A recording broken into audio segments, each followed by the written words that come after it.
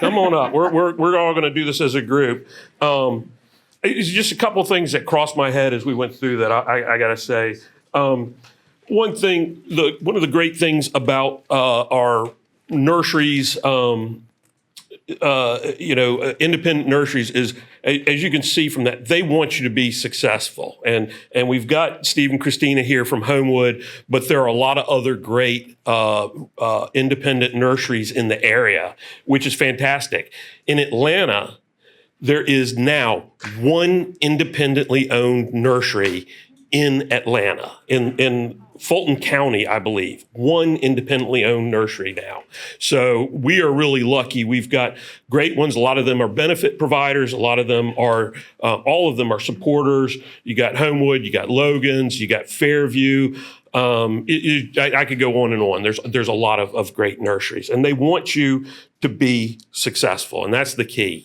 They are not just trying to sell you plants. They're trying to sell you plants and ideas and help so you're successful, because then you will come back, if you will. I did notice when the wacky high-end garden tools were out, I noticed somebody pull out a notebook and jot that down. We're always looking for new garden tools. Two you missed of garden tools that I use.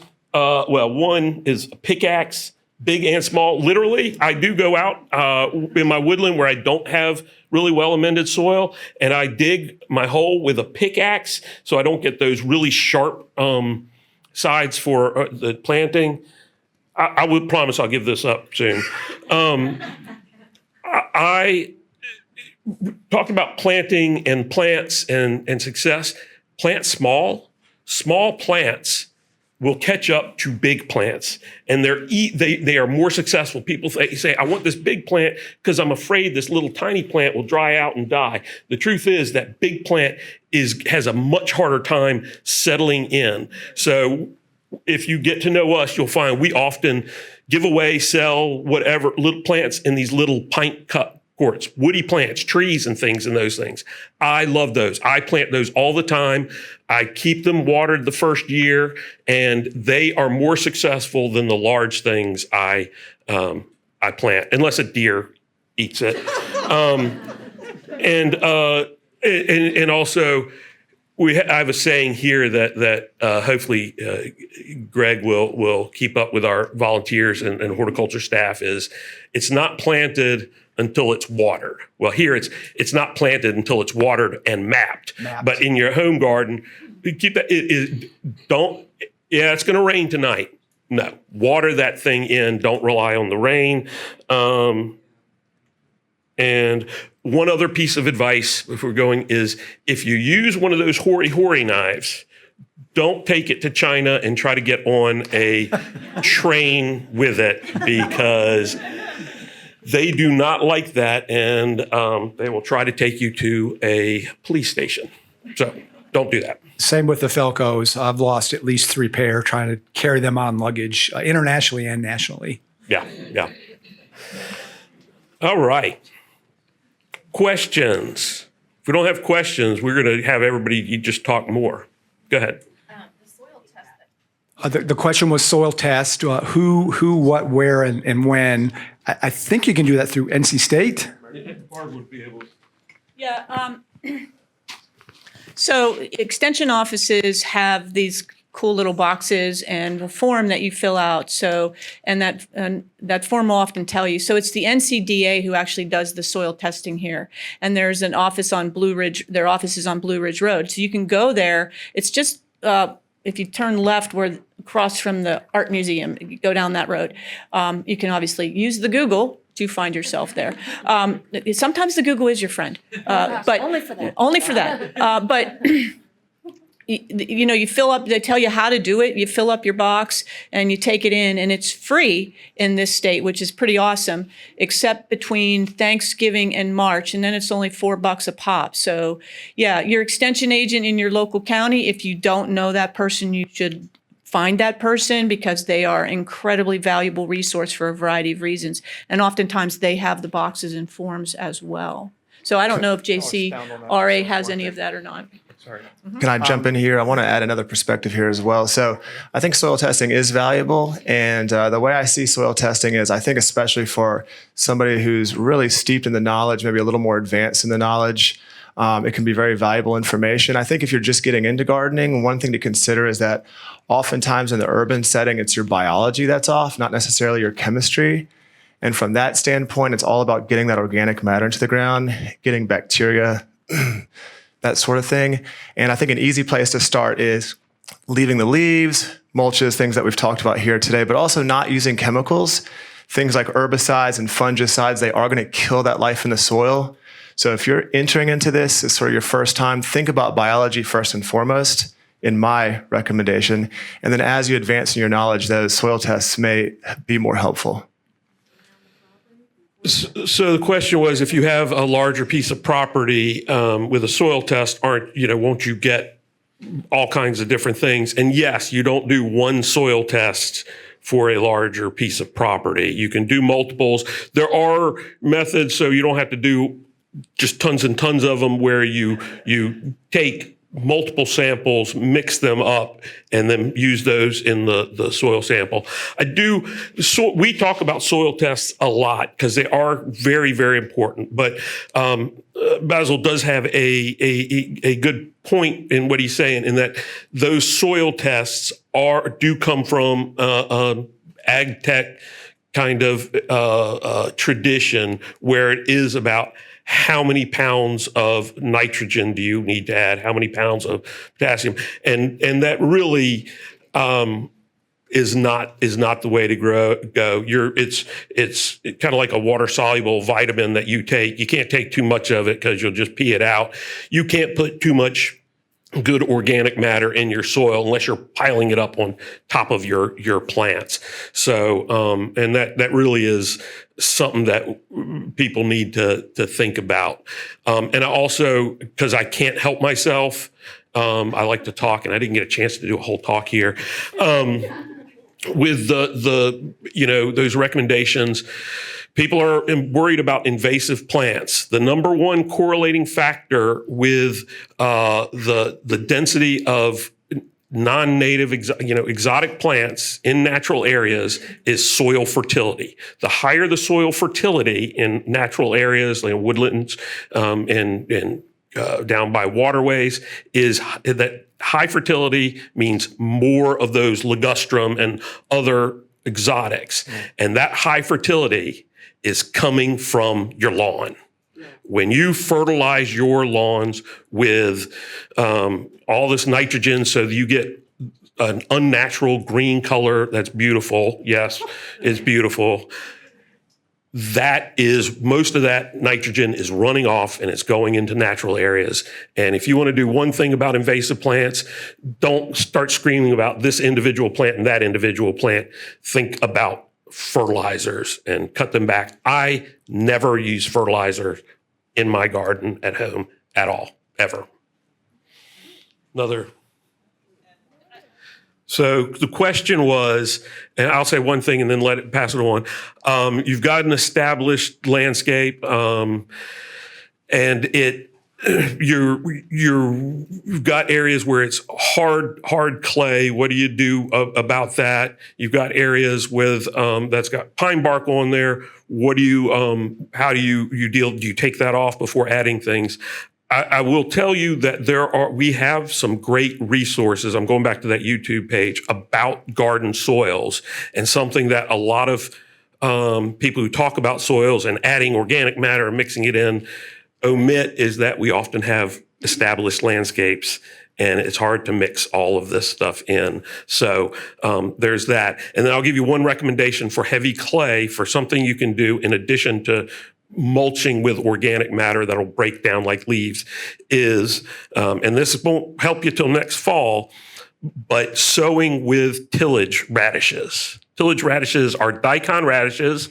Buy daikon radish seed, it's expensive. Buy tillage radish seed, much less expensive. You sow it in September or so, kind of rough up the ground, just sow it, water it in. They will pop up. You'll get all these green tops there. You can, at the end of the season, you can dig. They are daikon radishes, and they are big, but they're called tillage radishes because they will break through hard pans in the soil. And what I do when I use those, and I do use those in my garden, is I just leave them. I don't harvest them, and that big root breaks down, and that's just more organic matter in the soil. And I'll just mow over the tops. I'll give it to somebody else for more talking. Okay, so, everybody says add compost. You can add too much compost. Remember that compost is a product. It's not soil, right? It's organic matter. It's broken down organic matter. And recently, I actually I'm working on a study with this, adding where they're making soils, right? We're designing soils because we're too easily thrilled about demolishing soils, right? We do all this development and we ruin our soils. And both these guys said it, Greg said it, soil is the most important thing, and it is not easily understood either.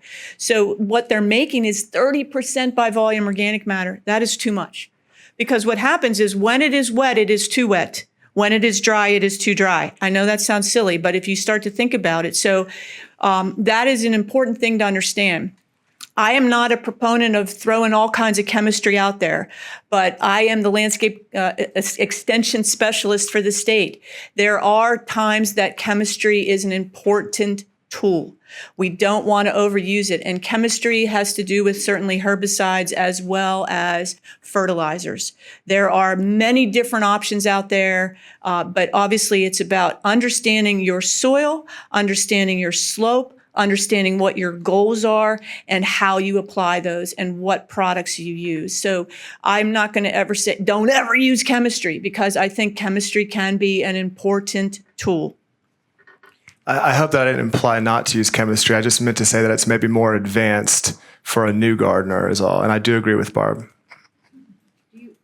It's sort of a moving target. So for our viewers at home. Yes.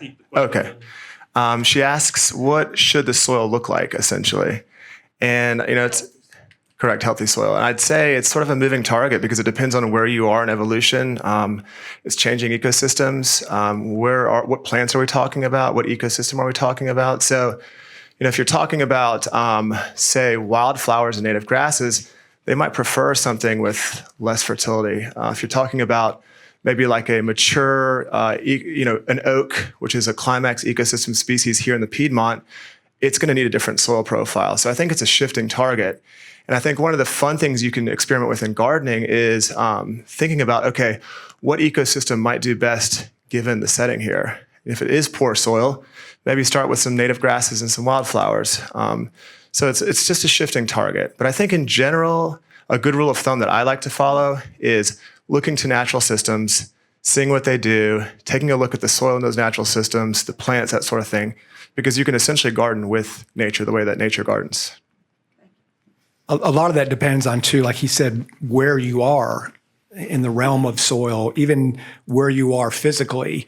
If you're in a brand spanking new neighborhood, there's no soil there. It's all been scraped off when they built the houses. So the importance of organic matter comes back into play. And even if you've got, a big yard where you're sampling multiple things to a small yard, you're going to have variations all over the place. And I'm going to, after this, let's not do soils. Our next one, we will have a whole session on soils, I promise, because it is the most important topic, but want to make sure we touch on other things. I will say that, it is, you want soils. I'm going to go back to your question about feeling and what is it. Your soils should, when it's kind of average, not overly dry, not overly wet, you should be able to squeeze it and it should stay together, but then crumble apart. You can take heavy clay and squeeze it. But I also want to say, like going back to what Barb said about the previous, yes, it is all shades of gray. There is not a right and a wrong. I agree 100% with what Basil just said, but I'll also say that there are basically no native soils in North Carolina now. They have all been farmed over the time. That's why there's no old growth forest. It has all been cut down. And you may look around and say, wow, these are big trees. For the most part, no, there's no old growth forest. There is most has been farmed for many years. It may look like it hadn't been farmed now, but it was.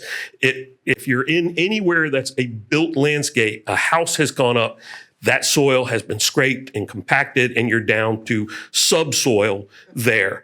So mimicking native areas when the soils match is great, but a lot of times it doesn't, and native does not necessarily translate as well to built landscapes as non-native. Now you can try and adjust the soils and the chemistry so that it will more mimic where those native plants grow, but it is not because it's native, it's better suited.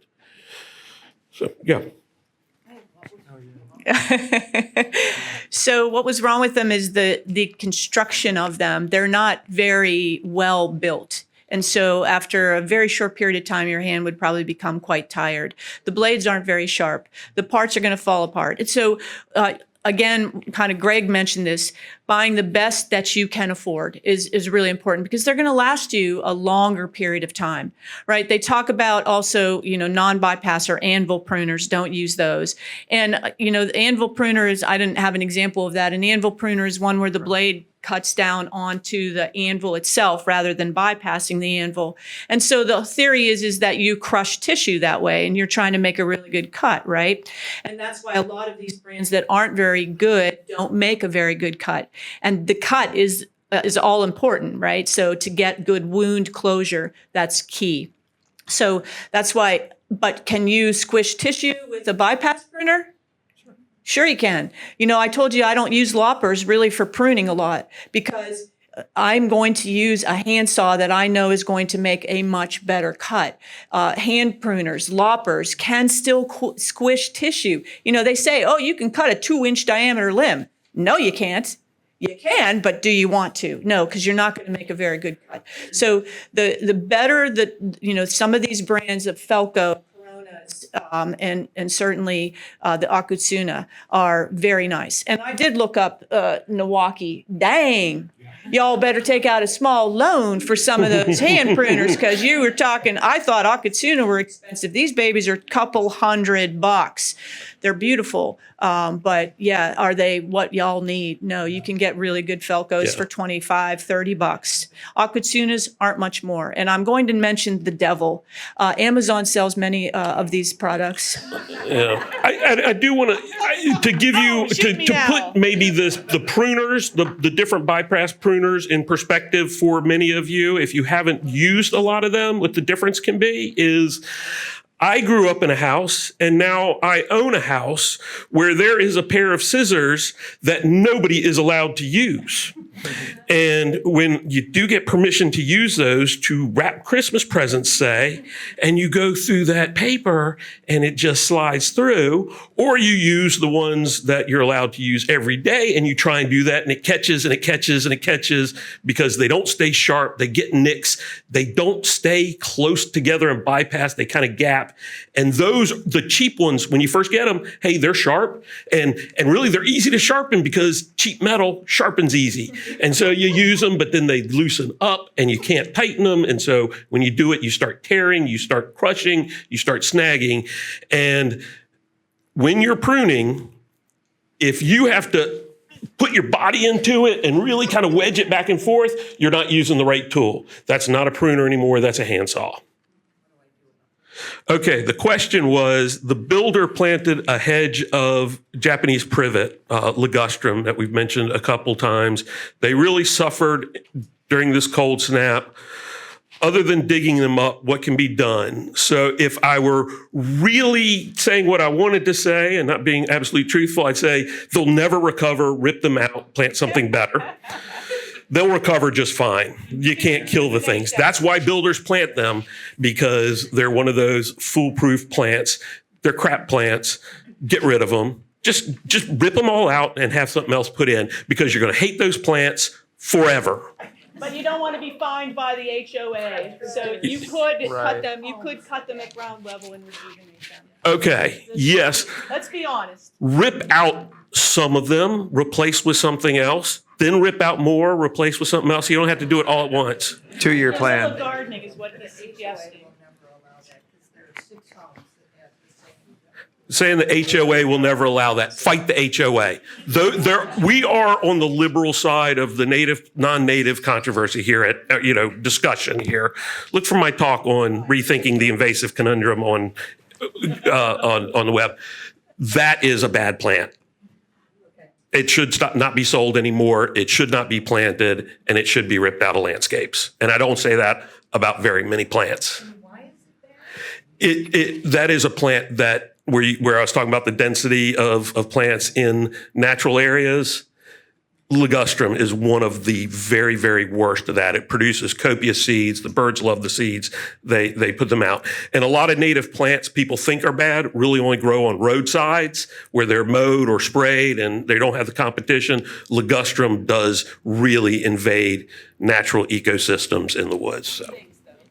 Oh, yes, it does. Let me just add my thought here. Yeah.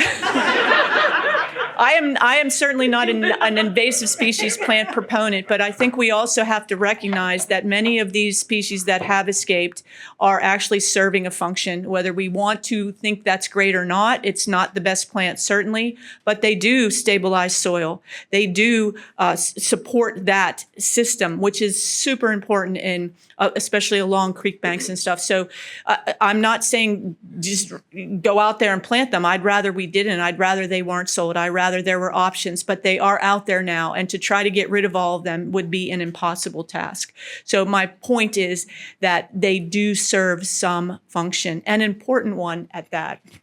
Yes, and check that video, Rethinking the Invasive Conundrum, where I talk exactly about that. Conciliatory ecology, not exclusionary ecology. Okay, totally separate question. I have an area in the front, lovely perennials, and I finally convinced my husband to stop using Roundup. I know. But I want to keep the weeds out, and I've been told putting cardboard down and then mulch works. Is that something you guys, what do you recommend to keep the front of the house? I'm tired of pulling weeds. What do you guys recommend? I've been talking I have an answer, but I'll let somebody else answer. The question was alternatives to weed control other than chemical, and using cardboard as kind of a barrier and then mulching on top of that. I have some problems with that.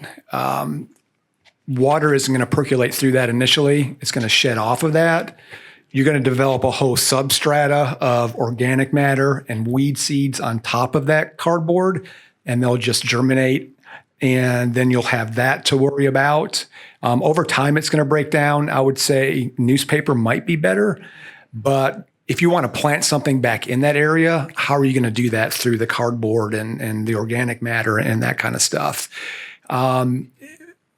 If you're not using chemical weed controls, having enough mulch to inhibit the seeds from germinating is important.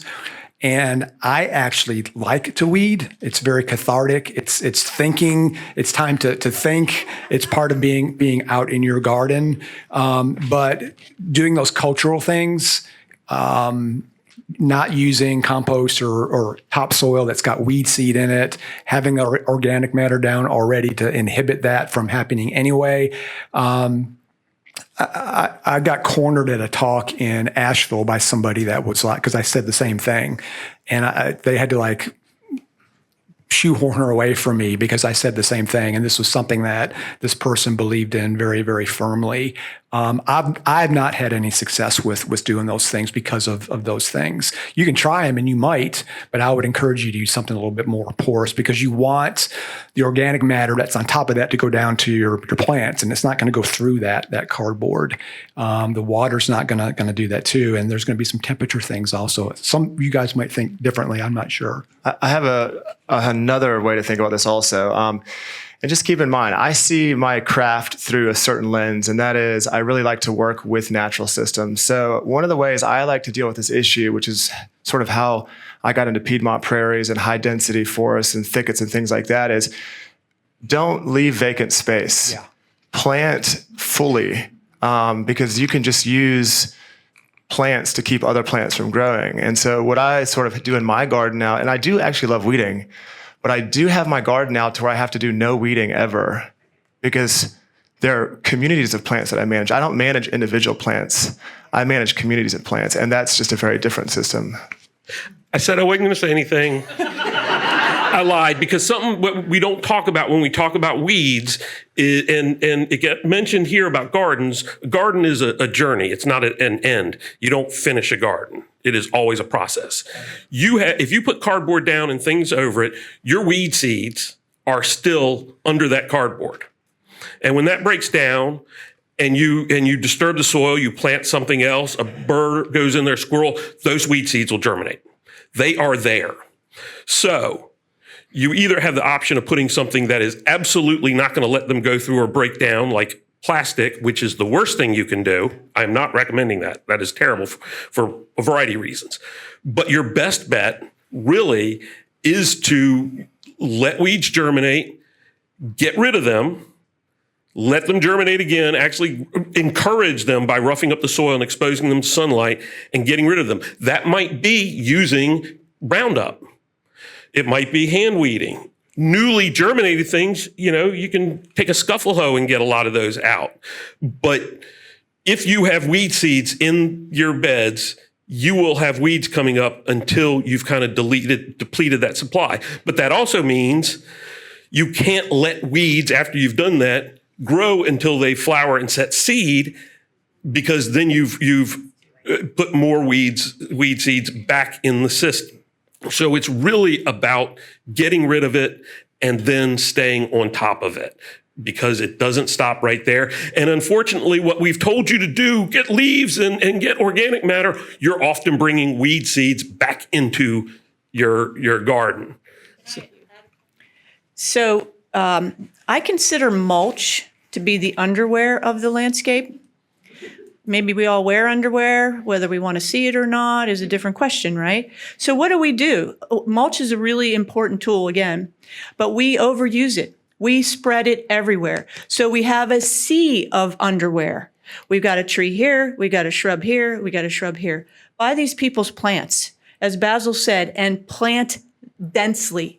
Put a lot of plants there. That's what the woods do, right? So, and if you're going to use a product, people always ask me, what's your favorite mulch? I really like that red stuff. They use it at the PMC Center or whatever it is. I'm joking. Yeah. There's nothing wrong with it, but that's certainly not my favorite. Wood chips, along with leaf compost, is a great mulch because it breaks down somewhat quickly. The leaves that have been composted and the wood chips take a little longer. It's a lot easier to fluff up. You use something like a triple shredded, right? It gets crusty on the surface. So always, somebody mentioned earlier about taking mulch away. Yeah, don't ever have more than 3 inches of mulch around woody plants, and certainly less than that, an inch around herbaceous plants, and not around the crown of the plants. So putting out mulch correctly, really important, and making sure you never have too much. Yeah, and I'm not going to talk about it. You can find it somewhere. We talk about mulch, and people don't know why they're mulching. There is depth matters with the type of mulch if you know why you're mulching. It's going back to that science. I'm not going to get into it. That's another talk. I want to go back to your comment. It depends on what you want, just a little bit. I hate seeing like some commercial thing where they've planted a row of shrubs to be a hedge, and then they shear them so they don't touch, and they're little individual gumdrops or cubes or something like that. So plants naturally grow close together and far apart, and it kind of depends on what you want. If you want to mimic a natural ecosystem, there are natural thickets, and density is important. If you want, a more formal garden, maybe you want more space and spots for things to grow up individually. I'll let other people. Yeah, this is a game we play all day long at work. So whenever you're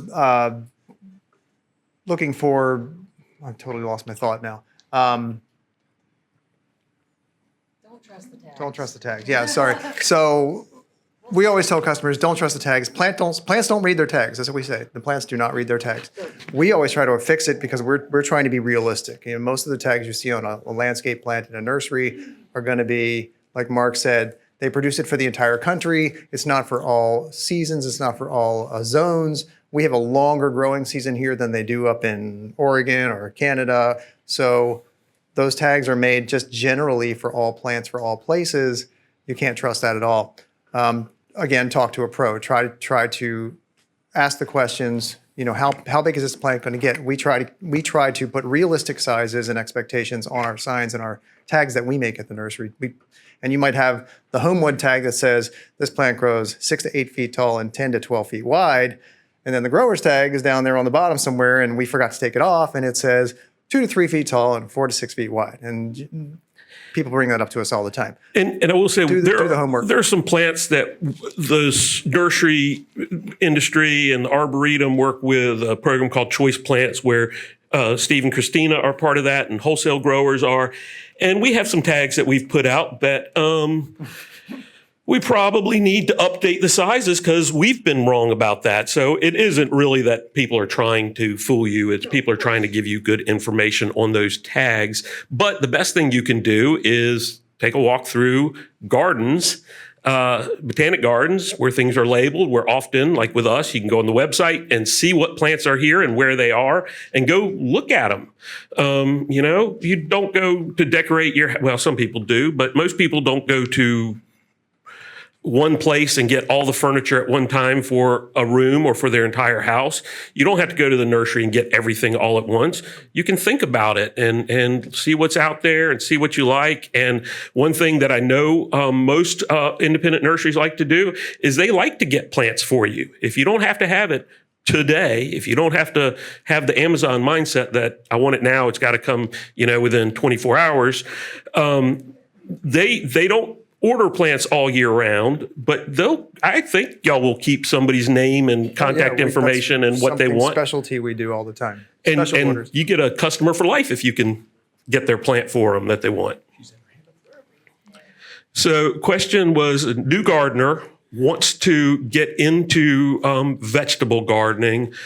They have clay soil. What should they do? And you hit it when you said that raised beds are often the best way to grow, to start with vegetable gardening. There are several reasons for that. One of them is much of our area around here has been grown tobacco. And so you get nematode problems with plants in the same families, like peppers and tomatoes, which everybody wants to grow. And you'll be fine the first year in the native soil amended. You'll be fine the second year, but then your plants will start not doing as well because those nematodes are there and they will proliferate when you start having the plants that they like there that they had been attracted to. So raised beds are great. There are some really neat techniques like straw bale gardening where you literally plant into bales of straw. We do a lot of programming with somebody that Greg mentioned, Bree Author, who really she's written a book on foodscaping. It's what she's really passionate about. So you can look for some of those on our website. She is great she wants everybody to grow vegetables and fruits and ornamental plants. I am, other than a raised bed and talking to other people, that's not my thing. Do we want to? Containers? Containers? Herbs and stuff? Yep, container gardens. And a lot of herbs, if you amend the soil and get it so it's free draining and full sun, will grow out in the garden. I grow rosemary and sage and some of these perennial herbs in my gardens. So I'm going to repeat the question and pass it on. It was some of you saying they're new here and everything that's fallen out of the trees around them are pine needles and not those nice oak leaves and maple leaves and deciduous leaves. Mixed with deciduous, but a lot of pine. You can certainly use compost with pine needles in it. There might be some pH issues, probably not. They're organic. They're going to break down relatively quickly with other things mixed in with them. So don't be afraid to use that. I'm going to use that as a segue to using pine needles for mulch. That's used a lot here in the South, and people that move here are both first confused by it and then embrace it wholeheartedly. It's easy to move those around because you can pick up 2 bales relatively easy. You can throw them down. I like the aesthetic side of pine needles, but they don't They don't supply a lot of organic matter, which you want with mulch around trees and shrubs. They're not really dense, and the temperature swings that I mentioned are very high. We did some trials at Bartlett on different types of mulch, and pine straw scored low because of that fact. They don't hold as much moisture as wood chips.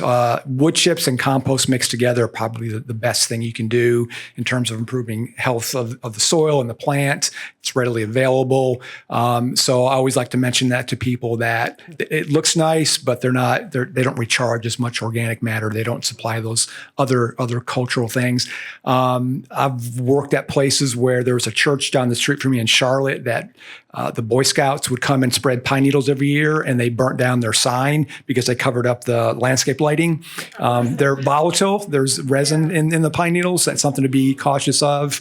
There was a restaurant around the corner that caught on fire because somebody flipped a cigarette after they had just done the pine needles. So that's something to think about too. Question over here. Let me just, we talk about all this stuff like everybody has all the money in the world, if you're not using that organic matter. There are a lot of the arbor companies like Leaf and Limb. There's an app you can get called Chip Drop, and they will drop fresh material, freshly ground chip. You don't want to put that stuff on thick. There's a lot of, people have concerns about it tying up nutrients while it's breaking down. My experience is most of that's overblown unless you're going way too thick. If you are getting some compost and doing some compost on top of that helps bring those all that other biology up and through there. They break down quicker. So there are ways to, if you don't have a ton to spend on your mulching, but again, spend less on mulch and plant more plants and let it cover the ground. Okay, I can answer half of that really easily. So the question was, moved into a new house, large turf area out front, but it's a septic field. Is there something that you can replace the grass with? Also, can you grow edibles like in a raised bed or something like that? I think if you were going to grow edibles, you would need something that's not going to allow an exchange really there. And then you're looking at maybe building a bathtub if it holds water and you're killing plants. But I don't know as much about that. The turf part, what you can replace it with, on February, 2 weeks from today, we are doing a talk on tossing the turf, where we're talking about getting rid of turf, reducing turf through thoughtful design, and how to make turf more ecologically friendly.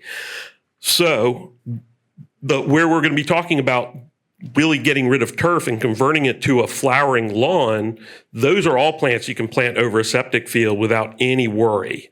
So I would recommend joining us for that. Yep.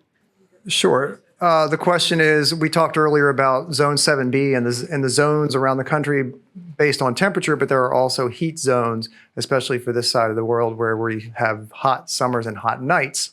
There's the difference, the hot nights. There are heat zone maps that are accessible. I don't know if you guys have them here. No. But this is where Google can be your friend. You can get heat zone maps off of Google, and they'll give you the specific. I think we're heat zone 7, which is more complicated. It's more confusing, but heat zone 7, 8, that will tell you a lot more, because it encompasses a lot more than just your basic minimum low temperatures.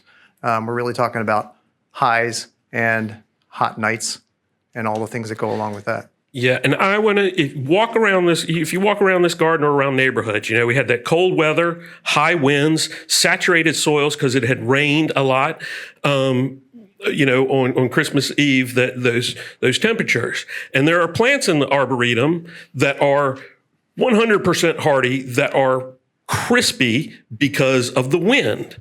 There are plants in the Arboretum that we would have thought would have more damage, but because they were so saturated, the soil was, and they had so much water in there, they were so turgid that they did better.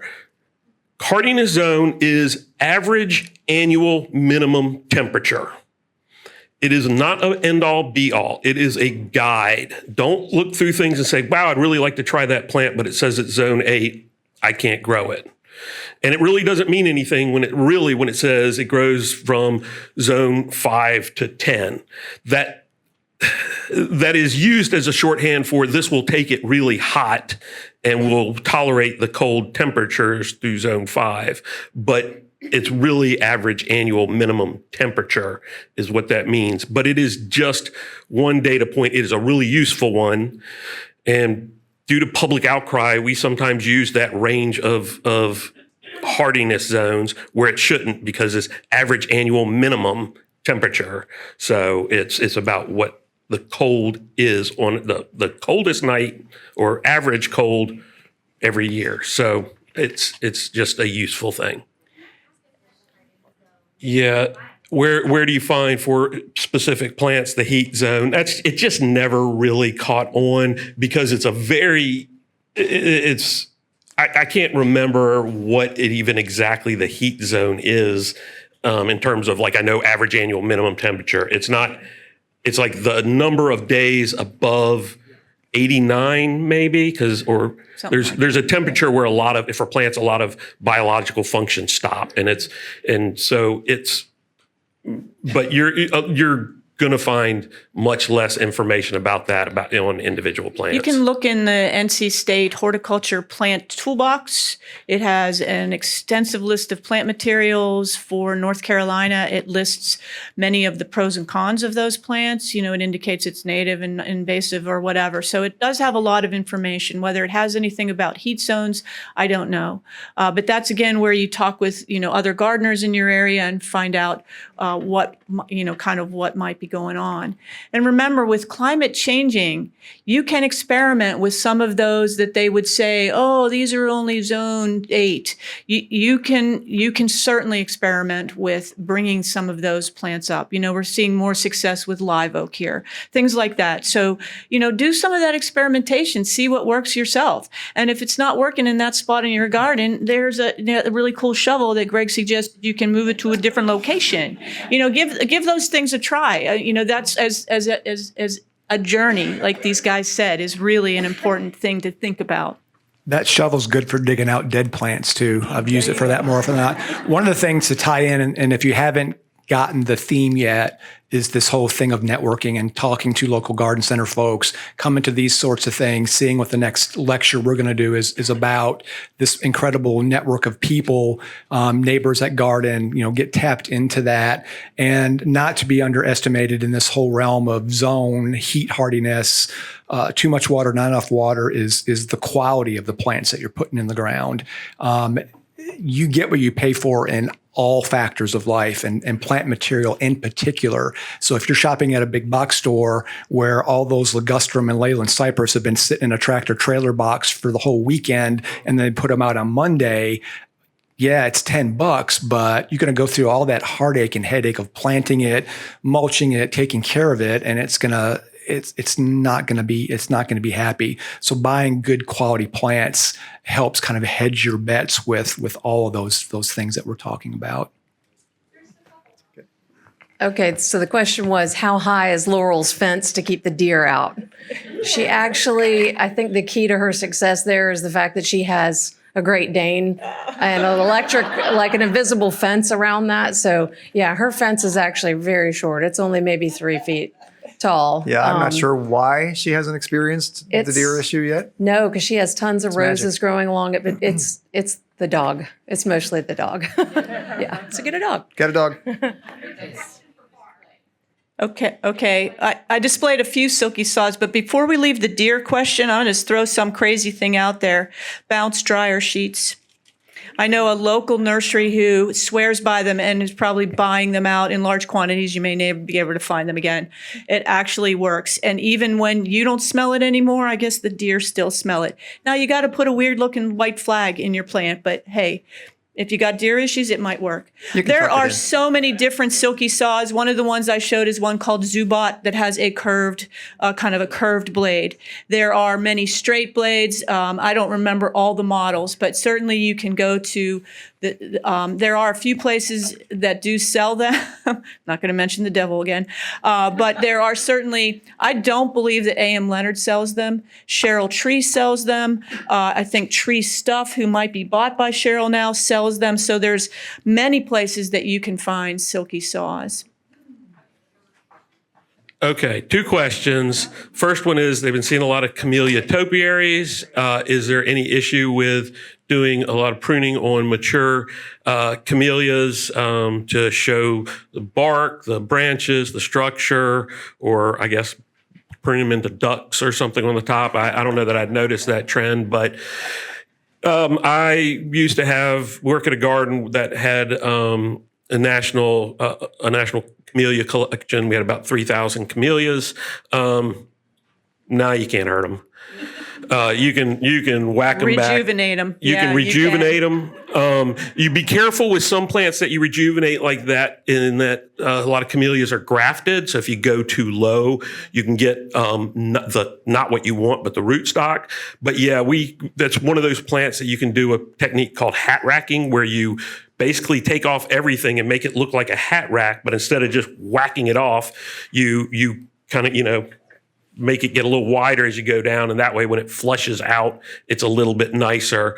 But yeah, you can do that. And the other question was twinkle lights in your shrubs all year round. Yeah, you can do that. With one caveat, there are some plants that are daylight length sensitive. And we had a plant, it's a common plant that flowers heavily spring and usually fall here in this area, one of those subshrubs that Barb talked about. And we had it planted by where we have a light bollard in the arboretum that comes on at dusk and goes off. It's not a lot of light and whatever. And that thing never bloomed. And we dug it and moved it, and it started flowering.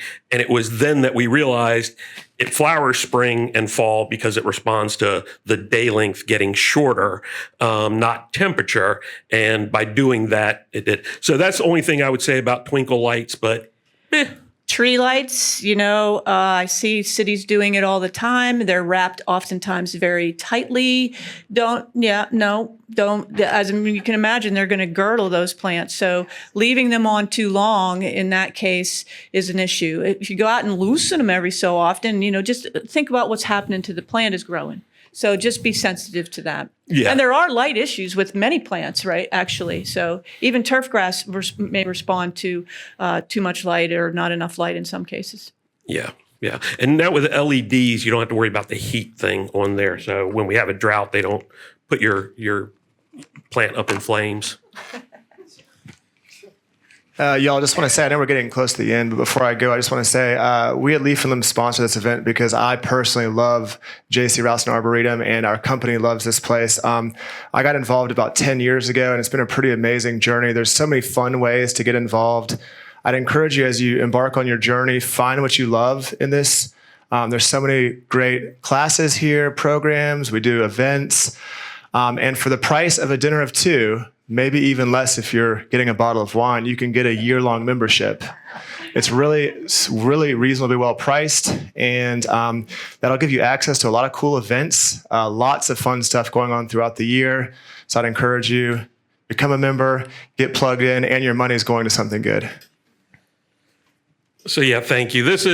And we could answer questions all day, and we love to answer questions. Send us emails. We love to answer them. Talk to your extension agent, whichever county you're in. They are fantastic. I do want to say one other benefit that I did not mention of membership.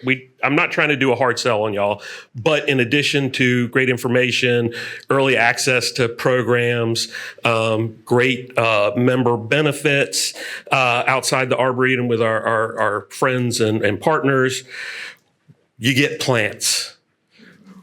If you're new, this is something you have to learn. The first Saturday in October at 9:00 in the morning, we give away to our members only somewhere between usually 3,500 and 4,500 plants. That's 3,500 to 4,500 plants. Those are plants that are produced by our summer interns in large part. They're things that we have collected in the wild that we had great success with seed germination that we're sharing with you. Sometimes we know they're great plants. Sometimes we have no idea what they're going to do because they're brand new to us as well. But you get access to plants like nowhere else. So first Saturday in October, it's worth the price of membership by itself. So please, we'll be here for a little bit, but we do want to get into our gardens probably. So some of the speakers may need to zip out, but we'll be around for a few minutes if you have any questions. And we've got other staff who can answer questions about the Arboretum more in general, Catherine and Arlene and Emily. Yes, don't forget, if you're here to fill out your evaluation form, you turn it in today and at the front desk, and you'll get a voucher for a free plant on our plant cart. Good for when you come back in March or later. If you're online, sorry you don't get the voucher, but please fill out that form. It really helps us to develop programs, make them better. Thank you all.